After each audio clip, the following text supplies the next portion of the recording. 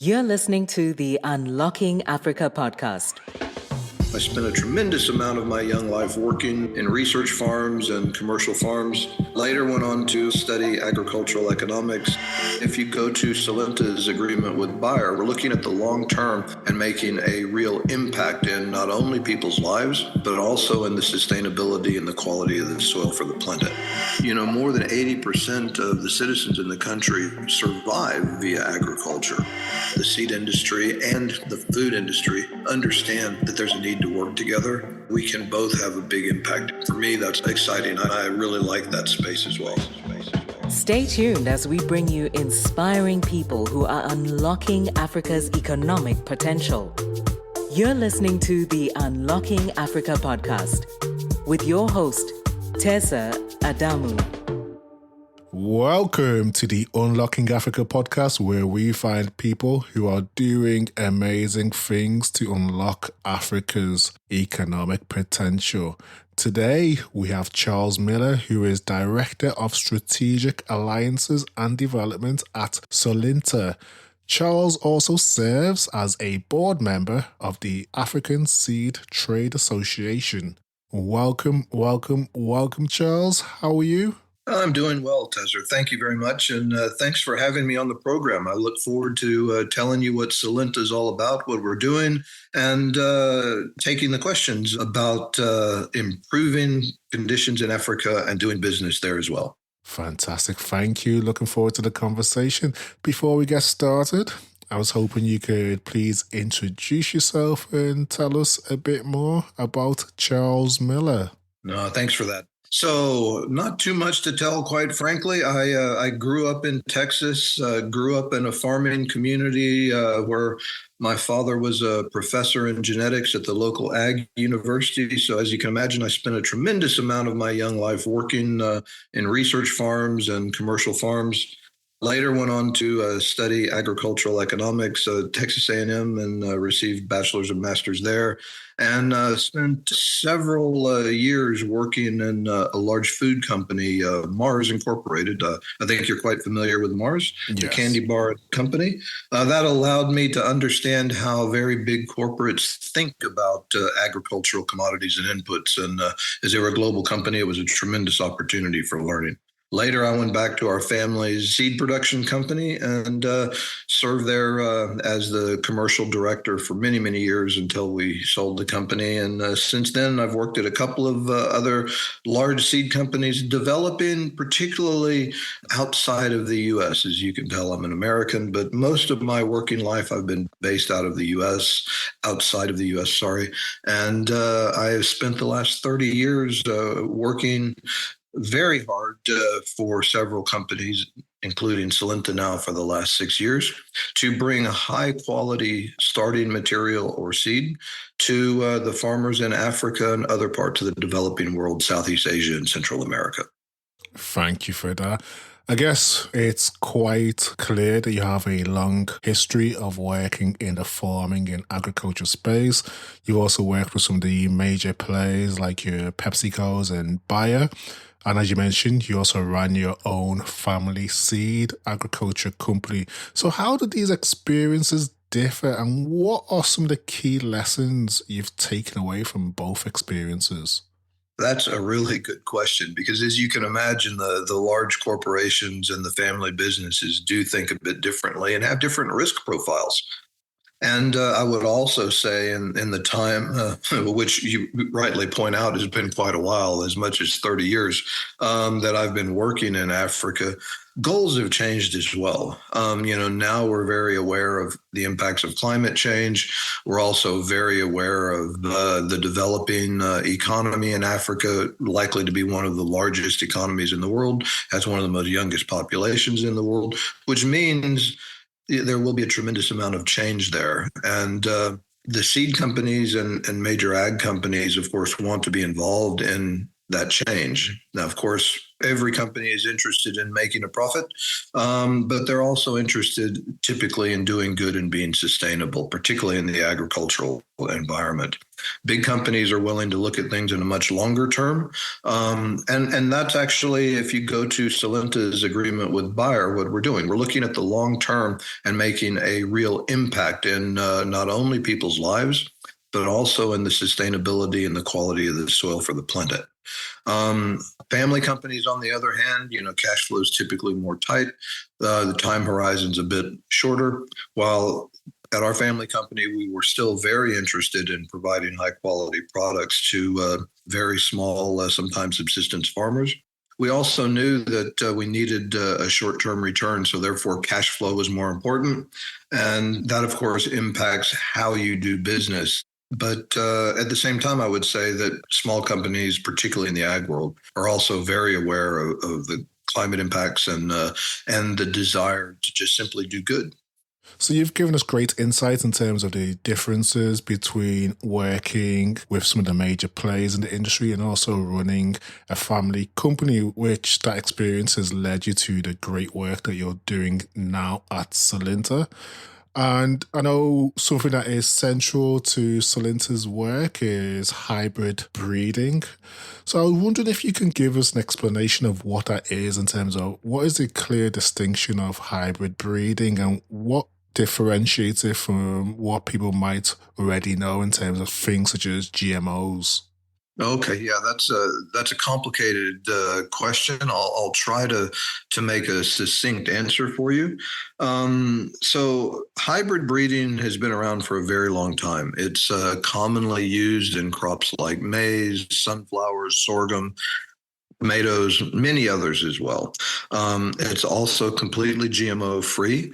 And to make it very simple, hybrid breeding is something that would occur in nature. A bee, for example, might fly from one plant and gather pollen and then fly to another plant. That pollen that was on the bee, because of course they're collecting pollen, would be transferred to the second plant, and that then would fertilize the second plant and allow it to produce seed of a combination of those two, let's call them parents, right?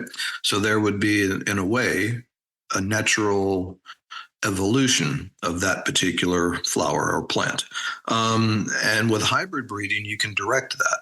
And by combining hybrid breeding with all the new science that is non-GMO, like understanding the genome and which genes control disease resistances and which genes control, for example, in potatoes, color of the skin and the flesh or the cooking quality, we can then start to direct those activities that the bee, in my example, did randomly. And so that allows us to create very customized hybrids for consumers, but also for growers. This customization and direction means that we can move quite quickly to create solutions to growers' problems. On the other hand, GMOs are introducing foreign DNA into a plant. So, for example, if it's maize, they're introducing non-maize DNA into the plant as a carrier of the particular trait they're looking for. And that, in a very simplistic way, is the difference between those two types of research and breeding. Thank you for sharing that. So hybrid breeding is something that is seen naturally. So is it a process that is already widely practiced within African agriculture? So it's that also is a really complicated question, believe it or not. It sounds simple, but it's quite complicated. Hybrid crops are quite common in Africa, and over the last 15 years, they have been growing in acceptance. But as you can imagine, if the majority of the farmers in their agricultural practices are used to saving their own seed and replanting that seed, then the idea of going out and buying perhaps slightly more expensive seeds not so appealing to them. But the seed companies realize this and what they've changed in the last 10 years. Instead of simply putting a new product on the shelf and saying this is good, you should buy it, what they're doing now is working directly with farmer co-ops, with other seed companies, with other products. For example, maize companies might be working with vegetable companies, or sorghum companies might be working with an ag chemical fertilizer distributor.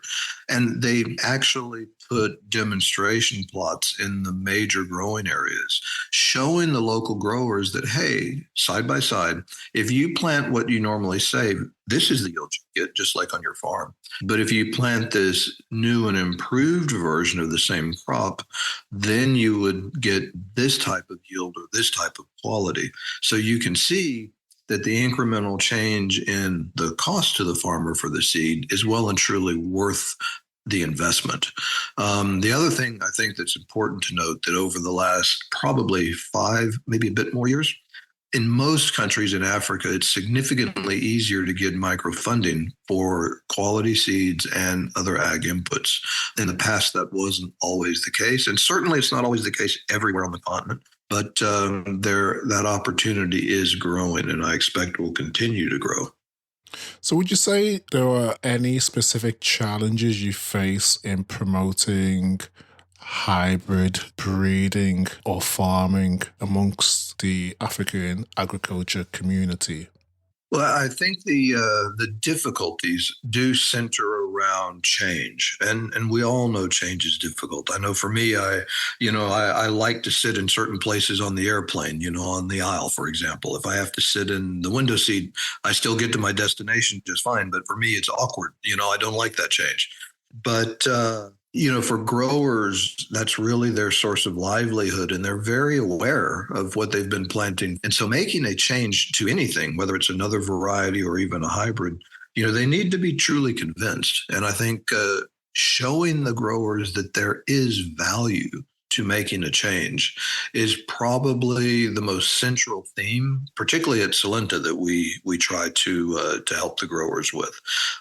It's not about price in the end. It's not about any of those things. It's really about showing the growers that by making an investment in something different from what you have traditionally grown, there is a good return for you. As you mentioned, to sell the change, you have to demonstrate the benefits and value. I know at Solynta, you've been working to develop more pest and climate resistant, specifically potatoes. So how do these innovations directly benefit smallhold farmers in Africa? That's a great question, Tezer. And it's fortunate in a way that just last week I was in Kenya at one of our demonstration plots that we use just for this. So let me tell you what I saw. We have several new hybrids of potatoes that we are testing in Kenya. And the way we make these tests is we put 2 blocks, one block of let's say 3 or 4 hybrids, where we fertilize, irrigate, and apply fungicide, and another block where we fertilize and irrigate, but we don't apply fungicide. So why do we do that? 2 reasons. Getting good ag chemicals for the smallholders in particular is very complicated. Normally, they have access to fertilizer. They also have access to some level of irrigation. It may be a very simple level, like a bucket with water in it that they get from a hose pipe or a local stream, but they normally do have some irrigation. And our newest varieties contain multiple genes of resistance to a disease called late blight, which in potatoes is estimated to wipe out about 30% of the global crop annually. And that can be a huge impact. And if blight comes to your field, it can completely destroy your field in 2 weeks, and then you have nothing. And so we saw that as an opportunity to show how hybrid breeding can have a direct impact, particularly on smallholders, but on potato producers in general. And the example that we put in our demonstration in Kenya was spraying with the fungicide, which would ensure that you didn't get late blight, and not spraying. Now, in order to buy the spray, it would cost a grower about $800 US per hectare. And that's a lot of money when you think about it, right? Particularly for a small holder. And we let the crops go. And if I look at the non-sprayed side of the demonstration, which is exactly, well, not exactly, but more or less the way that many smallholders will do their farm management, our new hybrids were more than double the yield of the local preferred varieties. And at the same time, many of the potato growers that came were able to sample our potatoes, as a mashed potato, which is quite common in Kenya. And they said that they saw no difference in taste, and for that matter, kind of liked the color and texture of our potatoes a bit better. So I think that clearly shows that hybrid breeding can have an impact. The next step, of course, is to work with the local regulators to make sure that we're allowed to sell these hybrids and that they get into the hands of the growers as quickly as possible. Is our hope is, and this is not the first time we've seen this, Tezer. I mean, this is the third consecutive season where we've seen very similar results with these varieties. So we're quite keen to get these into the market and of course, face those challenges that we talked about earlier of demonstrating more broadly to the community base that there are other choices now. So I think from what you've said, it's clear that there are some innovations that are happening within the seed industry globally. So how do you see the role of the seed industry evolving, particularly in Africa, in the coming years? I think in Africa, and look, let's be clear, Africa is a continent. It's not a country. So it's quite complicated. And there are parts of Africa where the seed company's evolution is really pushed, and the local governments, the people really want that innovation brought in. One of those places is Nigeria. Another place is Zimbabwe. Two very different type of countries, right? And not just the environment. Also, I would add Burundi. Burundi, is a very small Central African country, but their president is quite keen on innovation in agriculture because he knows, more than 80% of the citizens in the country survive via agriculture. And so in order to have this innovation really be spread across the continent, I think there are a couple of things that are really important. And one of those is that we harmonize the rules that are in place to allow seed to be moved from one country to another. So that means if in, I don't know, let's take Namibia, for example, you produce some seed in Namibia, and that same variety of potato will work well in Burundi, that given it's been produced in Namibia, it's been inspected by the local regulators to be found free of diseases and pests, that it can immediately be shifted to Burundi with limited issues and then planted by growers. So whatever the innovation may be can be used by those growers that need it in Burundi. Right now, that's not in place.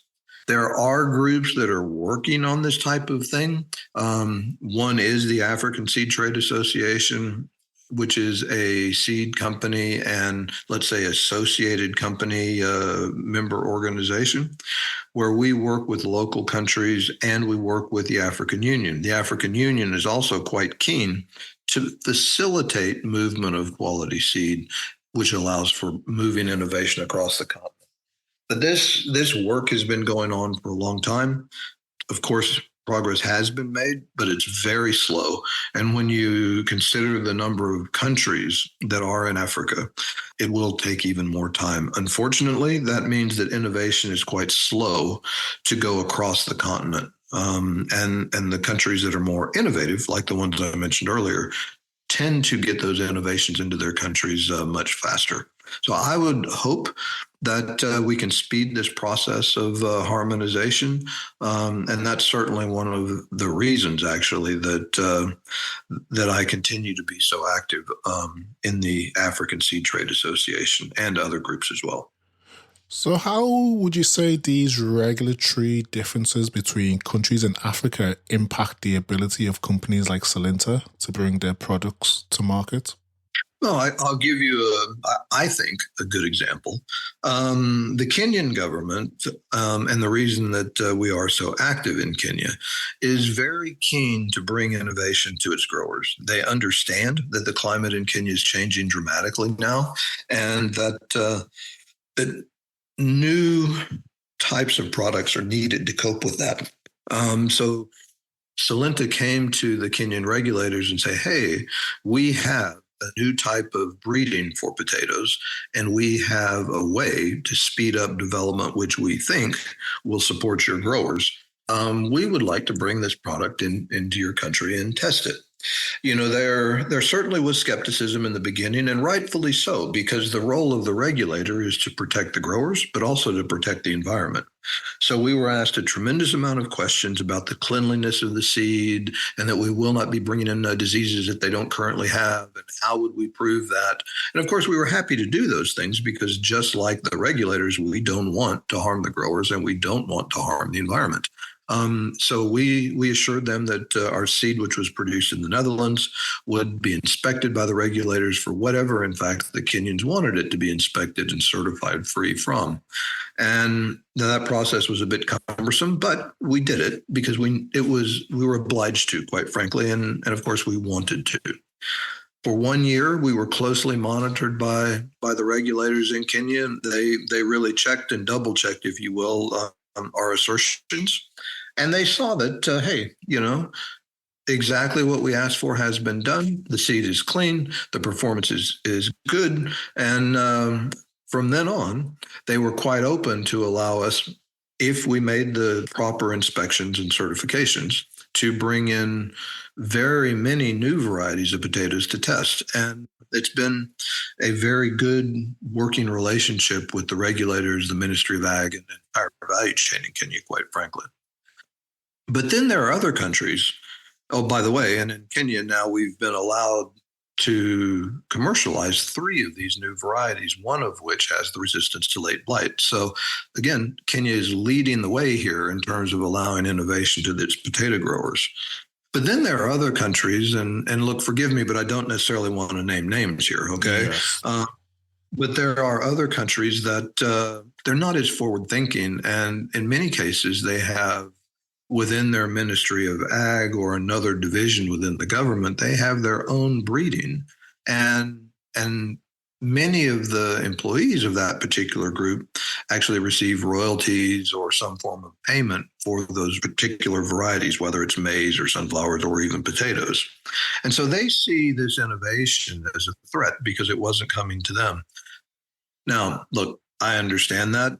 We all need to make a living, but at the same time, we all need our citizens, if you will, to eat and to have a better and more meaningful purpose in life. And if without innovation, that's almost impossible to do.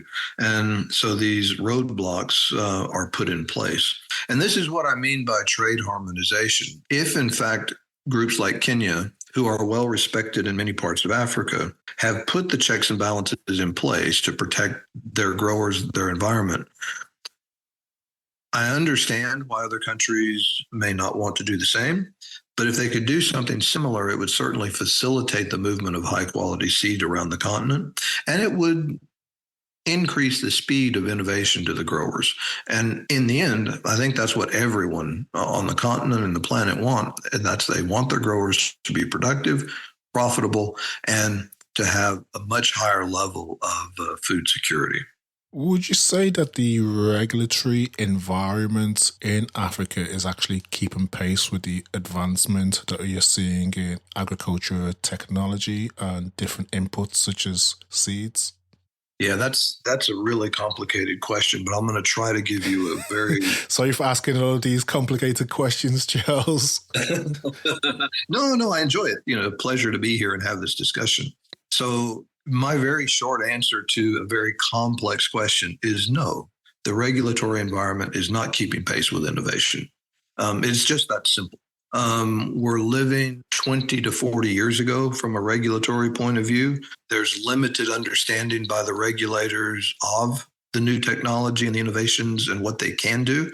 And I would also add, Tessa, and I think this is very important, it's not just Africa where this let's say, this time lag is impacting, it's many other countries that would surprise you, including the European Union. In many cases around the seed industry and innovation around seed, many of the regions around the world are lagging behind. And, I don't have an answer for why they're lagging behind. That may be your follow-up question. My opinion, and that's all it is an opinion, is that innovation is moving so quickly now that, with the help of all the advanced computer technology, artificial intelligence, you name it, there's so many things we can do that the regulators simply can't comprehend that, and they can't change it quickly because it is a complicated thing to change regulation, because you are obliged really to be the gatekeeper of safety. And I think really it comes back to the seed industry as a whole needing to help the regulators and build the capacity understanding of what's going on in innovation and how that innovation can benefit the growers. And I'd like to think that within the African Seed Trade Association, we do a rather good job. I'm sure we can do a better job. And there are similar organizations around the world, in Europe, in the Americas, in Asia, and all of these organizations talk to each other. They try to align. So not only should we be talking about harmonization of regulation and easy movement of seed within Africa, we should be talking about movement of seed around the world. Because most people don't know this, but seed is produced globally and shipped globally. And it's done that way because of economics, but also because of climate. Only certain areas are very good, climate zones for producing potato seeds, for example, right? But then those seeds can be easily transported from, in our case, the Netherlands, to any spot on the planet. And for me, this conversation, while it is important to have it on, let's say, small regional areas, it's also important to have it on a global scale. And the United Nations is actually trying to do that and facilitate that. And it's a program that's only just starting, but one I certainly applaud. And hopefully it gains traction, and that will help bring these regional organizations much closer together. Thank you for that, Charles. I guess if we take a few steps back in terms of the initial question regarding the technology, a big driver of this evolution that we are seeing is to optimize crop yields and also to provide food security. So what do you believe is the seed industry's role in supporting or ensuring food security across the continent? No, I think the seed industry has a critical role to play here. And that role, and I think what the industry does very well, tends to be lost in the overall length of the value chain of our food production systems. So think about a French fry, Desert. Yes. I think everybody on the planet loves French fries. In order to make a quality French fry, you actually need very different genetics than you need to make a boiled potato, for example. And I don't think your average consumer understands that. Now, not that they really need to, quite frankly, but all of what happens in the chain ultimately starts with the seed. And that seed, of course, is built with genetic components. So if we want French fries that grow in our changing world, which means perhaps big swings from hot and dry weather to flooding and cool and humid weather, where we used to have fairly stable climate, if that in itself means that we will see a different level of pests in the crops. It also means with our changing population, we're going to be forcing growers to go to farther away places where the land quality might be less. And all of that creates a challenge for food security, and it changes the dynamic of where that food is grown. And so the seed companies need to be quite on top of those changes, and they need to be proactively developing new varieties that fit into those anticipated changes. And I think the industry does a very good job of that. And it's completely not understood when you and I go down to the corner shops and order some chips. And for me, I think the seed industry understands this very well. But of course, we can always learn and do better. And I think one of the learnings that the industry has had over the last several years is that we need to take a more active role in discussions along further down the value chain. So we typically in the seed industry understand very well what growers need. And that's where our research has been focused on for the last 50 years, let's say. Okay.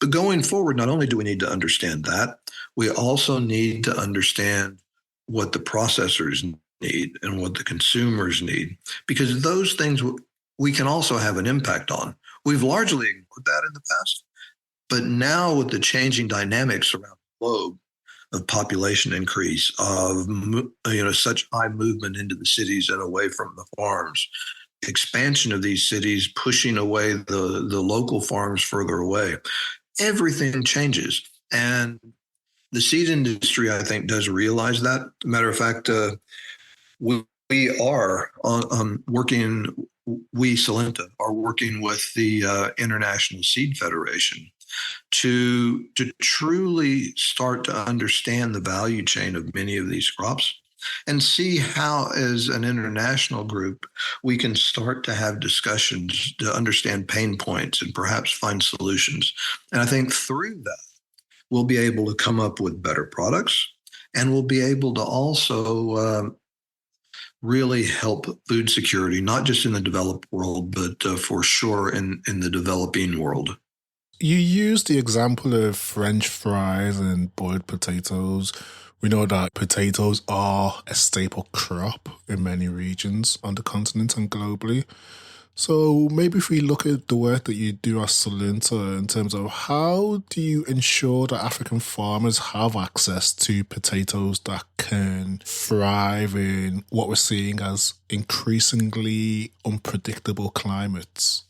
Yeah, and that's also, an example I can give you from my most recent trip to Kenya. Unfortunately, this season in Kenya and more broadly in Eastern Africa has been a very difficult season. And just to characterize it briefly, it started out with tremendously heavy rains and low temperatures. And that, of course, brings many problems. If it rains at the wrong time, the farmer's field can be washed away and the crop can be completely lost. Perhaps there's time to replant, perhaps not. It also, in potatoes particularly, that type of weather will bring late blight. And unfortunately, that's exactly what happened in Kenya this year. The late blight came and it completely wreaked havoc on the growers and the seed tuber producers. And I think, Tessa, you understand very well that traditionally potatoes are grown with seed tubers or tubers that are saved from the previous crop.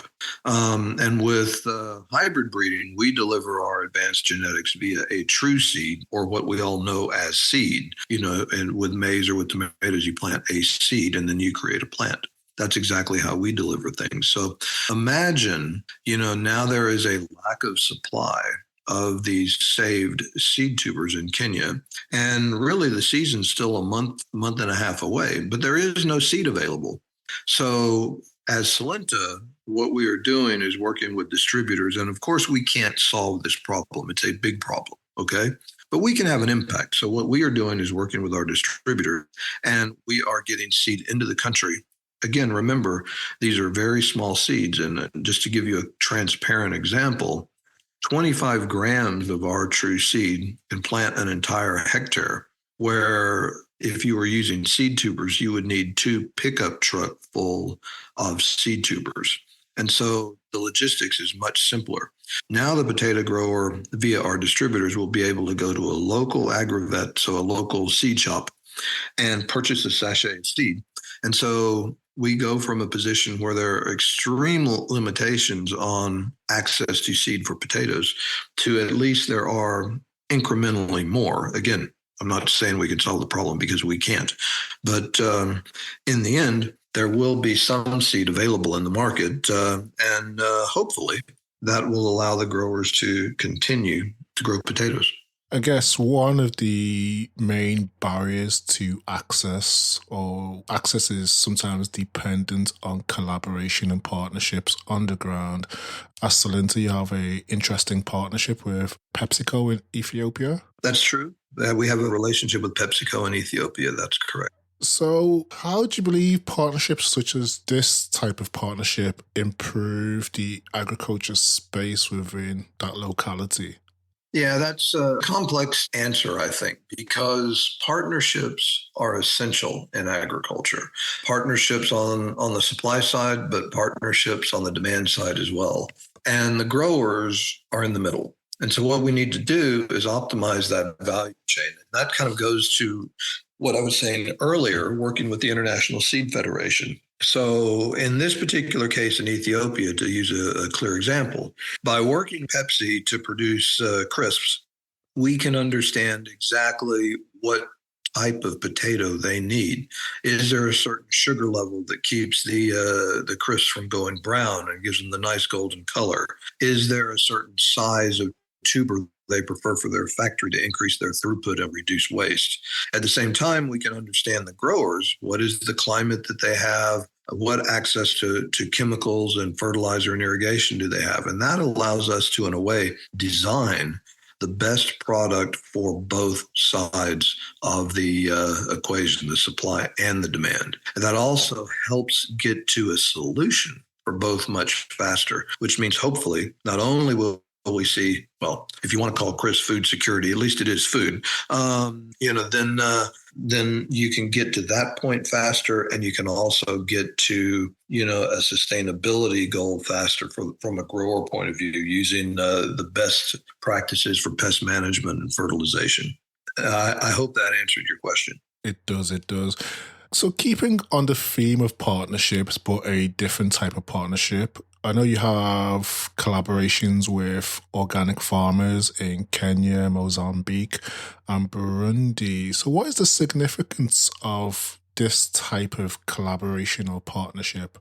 Yeah, this is one of the things that I really enjoy about my role, Tezer, is being able to find good partners and build those relationships. And of course, it takes two to build a partnership. And if we think about Burundi, I'll give you an example. We're working with a group in Burundi called ADPR. And ADPR is a group that produces seed tubers in Burundi. And just like in Kenya, potatoes is a staple crop there. And they have a very difficult time accessing clean starting material in the country. So what we've done is worked very closely with this particular group to basically understand their needs, their environment, how does their production and marketing system work, and is there something we can do from a genetic point of view or even a regulatory point of view where together we can have more impact? And we've landed on a way where we can use some of our hybrids that have high resistance to blight, but also produce many, many tubers per plant. And what that does, you say, wait a minute, why is that so important? What that does is it gives a resistance to one of the most difficult diseases for the Burundians to control, which is late blight. And it gives this particular group the opportunity to produce a tremendous number of seed tubers, which they can then sell to growers in the country. And since those are sold by the kilo or even by the tuber in some cases, it really helps on the front end of the production cycle. And then at the same time, we're working with local off-takers so that they're aware of the variety, they understand the benefits and the uses, and that way the selling, whether it's to the traditional side of the road market or even to some of the hotels and restaurants, they understand the characteristics of that particular potato. And this has been a very coordinated effort not just with our partner ADPR, but also with a development group called IFDC. And through working together, we're able to have a dramatic impact that alone we wouldn't be able to do, because each group has access to different parts along the value chain. And combining this, we have a much bigger reach and impact. Interesting. During our conversation, we spoke at length about some of the innovation and trends that you're seeing throughout the seed, value, and supply chain. So if we stick on the theme of trends, are there any current trends that you're seeing that you're really excited about? Well, I'm really excited about a couple of things. I'm really excited about the advancements in artificial intelligence and genome mapping. Now, those things, they sound very divergent, I guess. But we understand the potato genome and the genome of many crops much, much better now. And by that deep level of understanding, we can start then to target exactly the type of products that are needed in very specific applications. So it could be, the high plateaus of Nigeria need a completely different type of variety than they do in the Nile Valley in Egypt, for example, right? So we can start to really customize these varieties. And by combining that genome mapping with artificial intelligence, telling the models to find the optimal combinations of genes, we can do a lot of the breeding and evaluation, if you will, in the cloud, as opposed to actually planting it into the field. And doing field work is one of the very limiting factors to the seed industry. It's expensive, it takes people, and it takes time. And if we can, with a very high level of certainty, eliminate some of that, we can make these advancements much faster. And then I think the second thing that I'm quite interested in is the automation within the production system. So that could be things like, robots running through the field, removing weeds with lasers. It's something that's being practiced in the vegetable and strawberry industry now in many parts of the developed world. Or drones flying over your field and mapping exactly where you have deficiencies in a crop for nitrogen uptake or other issues that need to be addressed by the growers. These things sound very science fiction, but they're being applied today, and they're not going to only stay in the developed world. There are already groups in Kenya, for example, using these drones and applying the technology there to improve grower yield and stability. So those two things I'm really excited about. I think they can have some dramatic change. But on a more functional level, I'm also excited that the seed industry and the food industry understand that there's a need to work together and that we can both have a big impact if we work together. And for me, that's also, exciting. I really like that space as well. That's great to hear. So if we move from trends and look to the future, what do you believe will be Africa's major contribution to the global agricultural space in the next 5 to 10 years? Oh, wow. That's a very thought-provoking question. I actually believe that even today, Africa is fully capable of providing all of its food security itself. Of course, infrastructure in many countries is a limiting factor, and that means storage of the final goods and transport of the final goods. I do think what's going to happen, in the next 20 years, let's say, is we're going to see a more coordinated approach across Africa. So hopefully the trade harmonization that I discussed will start to have a true impact.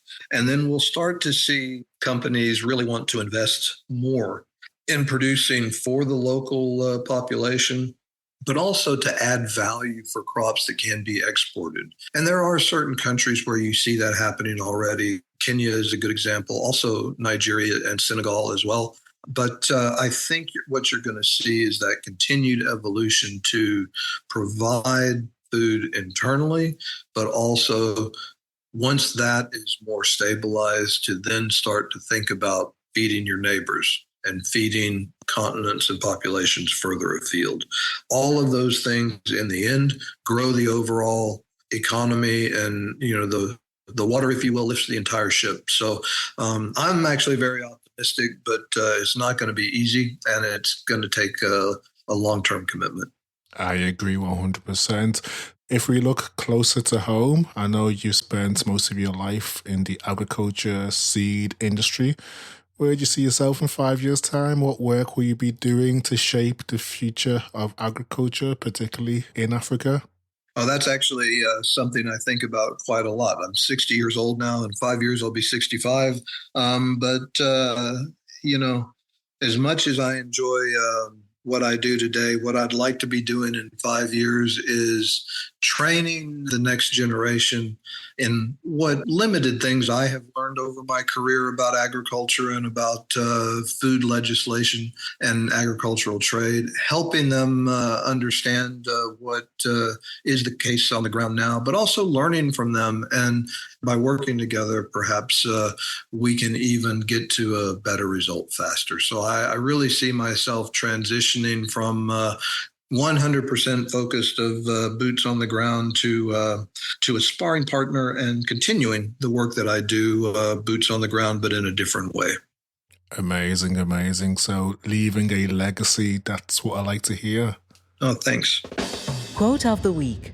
One last question. It's a bit different to the rest of the questions. It's, as people, we often have quotes, mantras, proverbs, or affirmations that keep us going when times are challenging or when times are good. Do you have one that you can share with us today? I do, and it may take me a couple of times to get this right, Tesser, so I apologize for that. But, no problem at all. I actually have a little mantra that always is in the back of my head, and it goes something like this: no matter where you go, there you are. And what that means, to me at least, is that we will be put in many, many different situations throughout our life. But we can't hide from those situations because it's the situation we're in. And we need to deal with it. And we need to deal with it in a positive way, because frustration, anger, you name it, it doesn't work. So for me, that's always been important. I've woken up in some very strange places. I'm not going to say where, but I remember one trip in Central Africa. Our car ran out of gas. We had some other problems with transport, and we were stuck in a very small village with no hotel. And there was a local church who was very willing to allow us to sleep on the floor in the church. And brilliant. I woke up there in the morning. I was a bit stiff and sore, but you know what?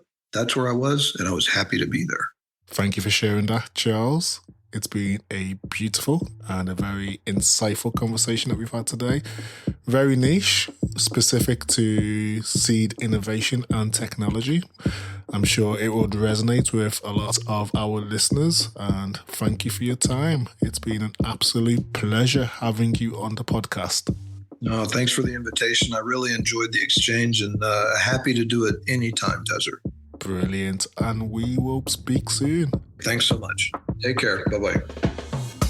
Thank you to everyone who has listened and stayed tuned to the podcast. If you've enjoyed this episode, please subscribe, share, or tell a friend about it. You can also rate, review us in Apple Podcasts or wherever you download your podcast. Thank you, and see you next week for the Unlocking Africa podcast.